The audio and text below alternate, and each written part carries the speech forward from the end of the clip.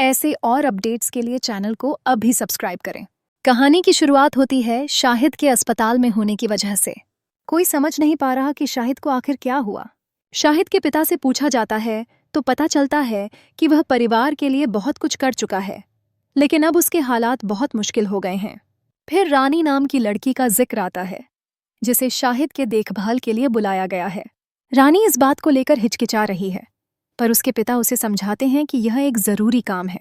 रानी भी मान जाती है, हालांकि वह डरी हुई है कि कहीं वह इस काम को सही से कर न पाए।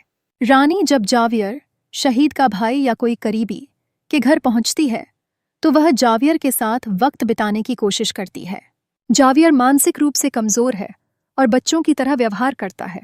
रानी उसे खुश रखने की कोशिश करती है, पर जब वह गलती से उसे पागल कह देती है तो जावियर का दिल टूट जाता है। वह बार बार कहता है, मैं पागल नहीं हूं। रानी को अपनी गलती का एहसास होता है और वह माफी मांगती है। जावियर फिर से उसके साथ खेलने लगता है। इस पूरे समय में रानी को एहसास होता है कि यह परिवार बहुत मुश्किल हालातों से गुजर रहा है, लेकिन वे सब एक दूसरे के लिए बहुत परवाह रखते हैं। वहीं घर के अंदर साजिशें भी चल रही हैं। कुछ लोग पैसे के लेन देन को लेकर बेईमानी करना चाहते हैं। एक आदमी को कहा जाता है कि वह 2 करोड़ की रकम को बिना किसी को बताए किसी और के हवाले कर दे। उसे नौकरी और बच्चों के भविष्य का डर दिखाकर धमकाया जाता है।